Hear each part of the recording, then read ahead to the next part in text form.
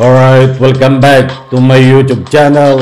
I'm Mandy's Vlog. Ito, talagang matindi mga kaibigan. Dahil dito ho, sa gulong ng video na ito, ay latest update na nangyayari tungkol dito sa pag-aresto kay Kibuloy. Alam niyo ho, ay nagbigay ng latest update ang Pulis Davao. At mga kaibigan, naku po, magugulat kayo dito sa ating tatalakayin laman ng video na yan. Naku po, alam niyo mga kaibigan, nasaan ngayon si Kibuloy? Kibuloy, nakatakbo, nakatakas sa kanyang pinagtataguan diyan ho sa Davao. Mga kaibigan, unahan ko po kayo, hindi po ito fake news. Latest update tungkol dito sa matinding pag-aresto kay Kibuloy. Laman ho ng video na yan ang ating tatalakayin. Kung bago pa lang po kayo sa aking maliit pa na YouTube channel, inaanyayan ko po kayo, please subscribe. Sabay-sabay po nating i-like ang video na ito kung nagustuhan nyo po. Ako'y muling nakikiusap mga kaibigan, kung pwede lang patapusin po nating panoorin ang kabuuan ng vlog na ito kapag may pagkakataon po kayo at nasa ganon lubos po nating maunawaan. Kaibigan, heto na. Samahan niyo po akong panoorin.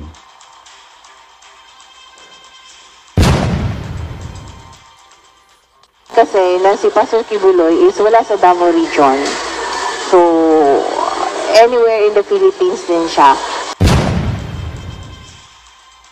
So, kung mag-coordinate din sa Sergeant of Arms sa ibang lugar. Nilinaw ng Davao Police na hindi nila pinoprotektahan o itinatago ang religious group leader na si Apollo Kibuloy, kaya hanggang ngayon ay hindi pa rin ito nahuhuli. Ayon kay Davao City Police Office spokesperson Police Captain Hazel Caballero, hanggang monitoring lang umano sila hanggat wala pa silang natatanggap na warrant of arrest o koordinasyon sa Senate Sergeant at Arms.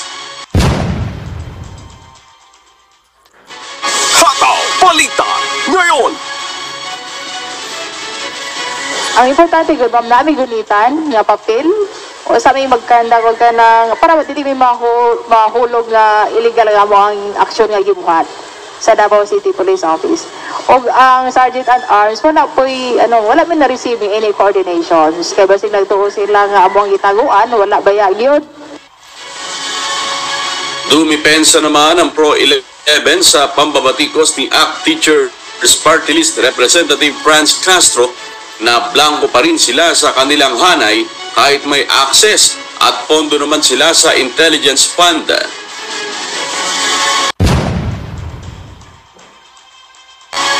Hindi naman natin pwedeng sabihin na blanco. Ang masabi ko lang is hindi din ako private sa information ng intelligence unit na hindi lang naman ng Philippine National Police but the whole intelligence unit na nagwo-work sa Davao region.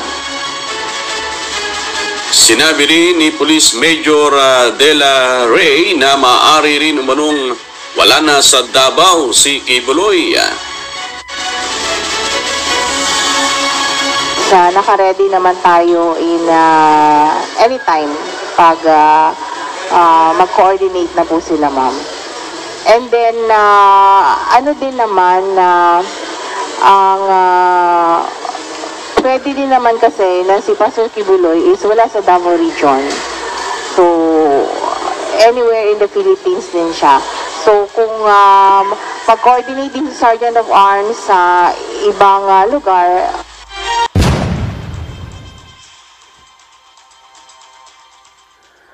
Alright, shout out. Maraming salamat UNTV.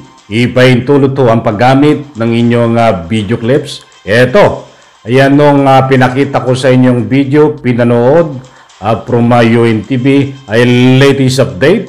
Na ika nga po'y kasulukuyan na mainit na nakuha po diyan po sa Davao, kung magbabase ho tayo sa video na yan, ay ang kaganapan ho.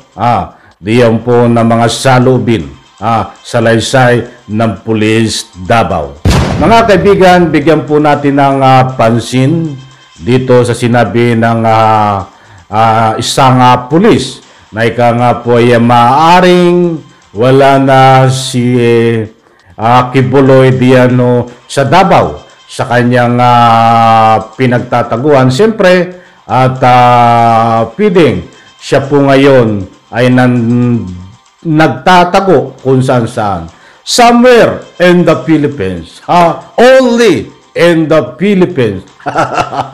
Diyos ko po rin mga kaibigan mahabagin. Maliwanag po diba? So, ibig sabihin ay malinaw po diyan. Alam ko po malawak ang ating mga pangunawa ay sa paglisan ni pwedeng nilisan, pwedeng wala na diyan sa Davao, ay ibig sabihin po niyan ay malinaw po na ika nga po'y tinakasan ang dati niyang ika nga po'y pinagtataguan. Dahil ay hindi po nila kinukumpirma ng Pulis Davao na wala diyan si Kibuloy sa dati niyang pinagtataguan. Ba't ngayon ba't wala pang kumpirmasyon? Subalit ay matunog pinagdiina na sinabi nila na maaaring wala na sa Davao itong si Kibuloy. Somewhere in the Philippines siya nagtatago. So talagang nakatakas? Pinatakas? Biglang nakatakbo? Mga kaibigan, marami po at malawak ang ibig sabihin niyan. Nang binitawan na pananalita nitong Pulis Davao na maaaring wala na sa Davao itong si Kibuloy, na maaaring wala na sa kanyang pinagtataguan sa Davao itong si Kibuloy. Ano ang nangyari, mga kaibigan? Kaya't hindi po natin maalis ang duda ng taong bayan dito sa mga galawang ito. Lalo't lalo, nandito na naman mga kaibigan, ang salita na wala pang coordination. Hanggang ngayon kita nyo wala pa rin proper coordination ang Sergeant at Arms. Bagamat hindi po talaga sila ang huhuli, itong Pulis Davao. Ay siyempre nandiyan po ang proper din na coordination para matulungan po sila pinakang back up kung ano man ang dapat mangyari. But anyway, ayaw ko munang talakayin itong coordination na ito dahil 2 linggo na ito ganito, saka ko tatalakayin itong coordination na ito. Kung mayroong bagong paliwanag ang Senado, kung mayroong bagong paliwanag ang Sergeant at Arms. Ika nga ito muna, dito tayo mag-focus sa ika nga po'y wala na sa Davao. Itong si Kibuloy, sige, takbo ka Kibuloy. Kung saan ka man naroon ngayon, takbo pa. Ito ba ay lehitimo na talagang ayon sa kanilang ika nga lumalabas na surveillance? Di ba? Alam niyo kaya nagkakaroon ng duda ang taong bayan ay hindi pa nga napasok ng PNP. Itong ika nga po, di mano na dapat sisilbihan ng warrant of arrest na hindi nga po natin alam kung nasilbihan ito ng warrant of arrest. Dito sa matunog konsyensya, nagtatago sa Davao itong si Kibuloy. Hindi pa ito napasok ng PNP. Ang mismong galugadin ang kaloob-looban nito. Kung mayroon pang silang intelligence na ganiyan, ay maring ang sakop lang po ng kanilang intelligence ay itong labas ng kinaroroonan na ni Kibuloy, mga kaibigan.